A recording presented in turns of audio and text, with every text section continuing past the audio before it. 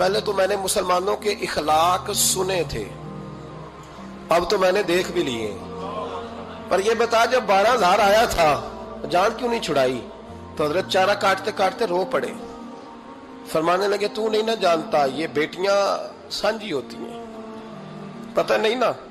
میرے رسول پاک نے تو حاتم تائی کی بیٹی کے سر پہ کپڑا رکھ کے کہا تھا بیٹیاں برابر ہوتی ہیں. تو یہ نہیں پتا جب اس کی 6 بیٹیوں کی شادی ہوئی ہے میرے اندر روحانیت کتنی بڑی ہے. فرمایا پھر 12,000 آیا ہے تو 2-4 بچیاں پھر گئی ہیں. تو یہ نہیں پتا میں اندر سے راضی کتنا ہوں، میں تیری نوکری کرتا رہوں گا، پتہ نہیں اللہ کتنی بیٹیوں کو بیاہ دے گا. اتنا رویا وہ عیسائی کے پیروں میں بیٹھ گیا، کہنے لگا بابا میں نے تیری مخالفت کی ہے پر تیرے قریب آ کے پتہ چلا ہے کہ تو بہت اونچے اخلاق کا مالک ہے، اور اگر تیرا یہ مقام ہے تو تجھے اخلاق سکھانے والے محمد عربی کی شان کتنی ہوگی. ظالم کی بولیے جاتے نہیں لوگ جھوٹے گواہ بن کے. وکیل صاحب کو نہیں پتا ہوتا کہ یہ بندہ مجرم ہے جو میرے پاس آیا؟ کیا مجرموں کے وکیل نہیں ہوتے؟ بولے تو اس کو پتا نہیں ہوتا وکیل صاحب کو کہ یہ صاحب مجرم ہے، میرے پاس مقدمہ لے کے آئے. اور اگر بے ادبی نہ ہو جائے تو میرا خیال ہے قاضی عدالت کو بھی پتا ہوتا ہے کہ مجرم کون ہے اور مظلوم. میرے نبی پاک صلی اللہ علیہ وسلم نے اس قدر زیادہ سختی فرمائی اس مسئلے میں. فرمایا جس کو پتا تھا کہ فلاں آدمی ظالم ہے، ظلم کر رہا، پھر وہ ظالم کا گواہ بنا یا اس نے ظالم کی مدد کی، کتنی کی؟ شارحین لکھتے ہیں چاہے اس نے ایک جملہ بول کے کی، چاہے ایک، سارے بولیے، چاہے ایک غریب کو اس نے ظلم کیا تو کہتے ہیں علاج یہ سی، چاہے ایک جملہ بول کے کی. شارحین اس حدیث کی شرح میں لکھتے ہیں ایک جملہ بول کے چاہے مدد کی. جس بندے نے کسی ظالم کی مدد کی کسی مقدمے میں یا کسی صورت میں اور اسے پتا تھا یہ ظالم ہے، میرے نبی پاک صلی اللہ تعالی علیہ وسلم فرماتے ہیں اگر اس نے مدد کی، ابھی ظالم کی بات نہیں ہو رہی، ظالم کے مددگار کی بات ہو رہی، اگر کسی نے ظالم کی مدد کی تو حضور فرماتے ہیں خدا بھی اس سے بری ذمہ ہے، رسول بھی اس سے بری ذمہ ہے. سنبھال کے رکھے اپنی نمازیں، قربانیاں، حج، زکوٰۃ سنبھال کے رکھے. اگر ظالموں کا مددگار ہے، الیکشن آ لینے دے، آپ کو نظر آ جائے گا کون کون ظالموں کا مددگار ہے، نظر آ جائے گا. اپنی جیب سے لوگ پیسے دے کے ظالموں کی مدد کریں گے، ان کے فلیکس چھپوائیں گے، بورڈ لگوائیں گے، جیبوں سے پیسے دے کے. ہم نے خود آگ لگائی ہے چمن میں اپنے، بے سبب گردشی ایام کو الزام نہ دو، ہم نے خود نور کا ظلمت سے کیا ہے سودا، کر کے توہین سحر شام کو الزام نہ دو. ظالموں کے مددگار میدان میں آ گئے. یہ چھوٹا لفظ نہیں، میرے حبیب پاک صلی اللہ علیہ وسلم نے فرمایا جو ظالم کا مددگار ہے سن لے جو سجن کے ساتھ کچہری جاتا ہے، وہ یاد رکھے جو دوست کا گواہ بنتا ہے، وہ یاد رکھے جو کہتا ہے میں مانگی گیا تھا، مجھے بلایا گیا تھا قبضہ چھڑانے کے لیے کسی غریب بیوہ کی جائیداد پہ. وہ سن لے تو مدد کر کے نہیں آیا، تو خدا کے ذمے سے نکل گیا. رسول پاک نے فرمایا تیرا میرا تعلق ختم ہو گیا، تو ظالم کا مددگار ہو گیا. پھر تو کہتا میں بے چین ہوں، میں بے قرار ہوں، میں آزمائش کا شکار ہوں. پلٹ کے دیکھ تو صحیح تیرا گناہ کتنا بڑا ہے. میرے نبی پاک صلی اللہ علیہ وسلم کا ایک اور فرمان سن لیں، ابن ماجہ ابو داؤد میں موجود ہے. اس حدیث کو آپ نے یاد کر لینا ہے. کر لیں گے انشاءاللہ؟ سارے کہیے انشاءاللہ کر لیں گے یاد. حضور صلی اللہ علیہ وسلم نے فرمایا اگر تو ظالم کی مدد کرے گا نا، یہ لفظ دل کی تختی پہ لکھ لینا، یہ مکافات عمل ہے، مکافات عمل دنیا، ادھر کرو گے تو ادھر بھرو گے. فرمایا اگر تو کسی ظالم کی مدد کرے گا، سن لے حضور کا فرمان ہے، اگر تو ابن ماجہ ابو داؤد سیاہ میں موجود ہے، فرمایا اگر تو کسی ظالم کی مدد کرے گا تو رب تعالیٰ مرنے سے پہلے تیرے اوپر بھی ظالم کو مسلط کر دے گا.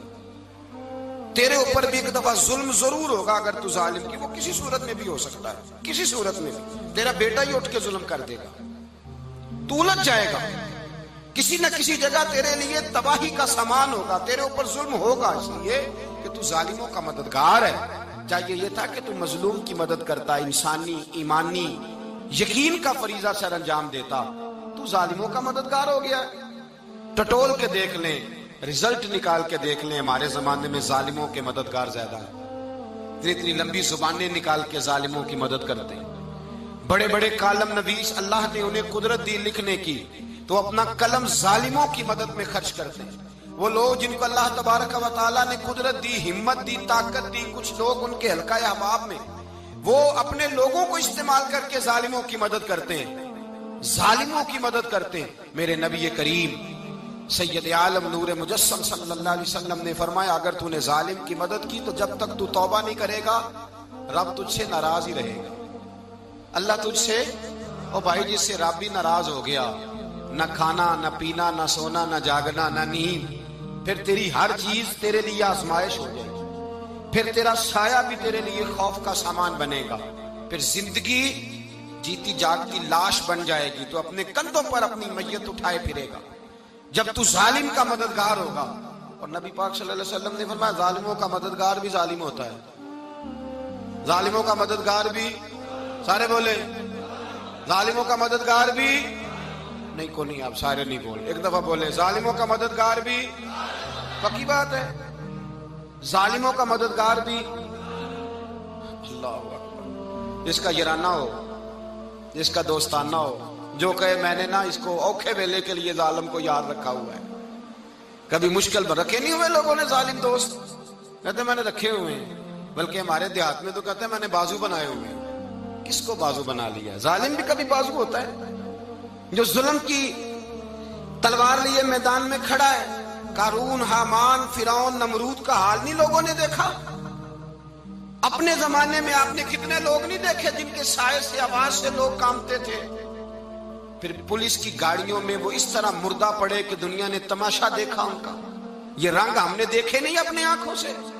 فرمایا ظالم کا مددگار بھی، جو کار میں بٹھا کے لے کے گیا وہ بھی ظالم، جس نے چائے پلائی وہ بھی، جس شخص نے کھانا کھلایا وہ بھی، جو کچہری تک ساتھ گیا وہ بھی، جس نے فلیکس کے نیچے، بڑے شرابی کے نیچے چھوٹی اپنی فوٹو لگائی وہ بھی، جو ووٹ کی پرچی ڈالنے گیا وہ بھی۔ کہہ دینا باہر نکل کے کہ حضرت صاحب نے سیاسی تقریر کی ہے، کہہ دینا، پر بات تو سچی ہے نا۔ خو کرے ہم تو سے تھوڑا سا گلا بھی سن لے، خو کرے ہم تو سے تھوڑا سا بھی گلا۔ امام مالک کے پاس ایک بندہ آیا، اس نے کہا حضور میں درزی ہوں، ایک ظالم بادشاہ مجھ سے کپڑے سلواتا ہے، میں تو ظالموں کا مددگار نہیں نا۔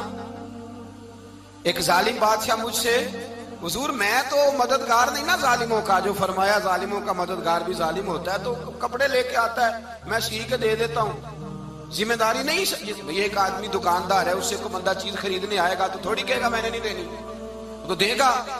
کوئی بندہ اگر کسی شخص سے کوئی کام کہتا ہے جو اس کی فیلڈ ہے، اس کا شعبہ ہے، اس کا معاش کا وہ سلسلہ ہے، کہتے ہیں یا رسول اللہ صلی اللہ علیہ وسلم ظالموں کا مددگار بھی ظالم، حضور نے فرما دیا۔ تو امام مالک سے بندے نے مسئلہ پوچھا، دل کی تختی پہ لکھنے والی باتیں ہیں، کہا حضور میں درزی ہوں، ظالم کپڑے سلواتے ہیں، میں تو مددگار نہیں نا۔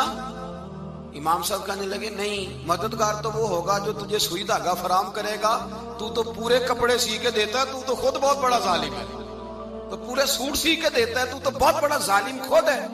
مددگار تو وہ ہوگا جو تجھے دھاگا دے گا، جو تجھے بٹن دے گا، جو تجھے نلکی دے گا۔ جو ظالم سے اتنی نفرت، ظلم کر کے بندہ ہے، یہاں تو ہمارے زمانے میں ہیرو بن جاتے ہیں لوگ، ظالم ہیرو ہے، لوگ اس سے ڈرتے پھرتے ہیں، گھومتے پھرتے ہیں، اور بہت سارے کم مزاج لوگ اس کے پیچھے ہاتھ باندھ کے پھرتے ہیں۔ ظالموں کی مدد کرنا، ظالموں کے ساتھ رہنا، یہ ظلم ہے، ظلم، یہ زیادتی ہے۔ میرے نبی پاک صلی اللہ تعالی علیہ وآلہ وسلم نے ارشاد فرمایا، یاد رکھو رب فرماتا ہے میں مظلوم کی مدد ضرور کروں گا، چاہے جلدی کروں چاہے دیر سے کروں، میں مظلوم کی مدد۔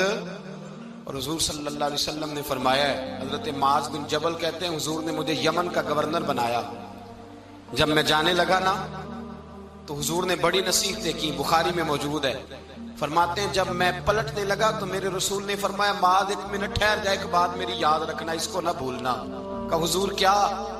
فرمایا دیکھنا کسی پہ ظلم نہ کر بیٹھنا، کہیں تجھ سے زیادتی نہ ہو جائے۔ محبوبہ پھر حضور نے فرمایا سن میرے معاذ، میں تجھے گورنر بنا رہا ہوں، زیادتی نہ کر بیٹھنا۔ یا رسول اللہ صلی اللہ علیہ وسلم کیا ہوتا ہے؟ تو میرے کریم نے فرمایا جب مظلوم دعا کے لیے ہاتھ اٹھاتا ہے تو عرش کا مالک کہتا ہے فرشتوں پیچھے ہٹ جاؤ، عرش کا مالک کہتا ہے فرشتوں پیچھے ہٹ جاؤ۔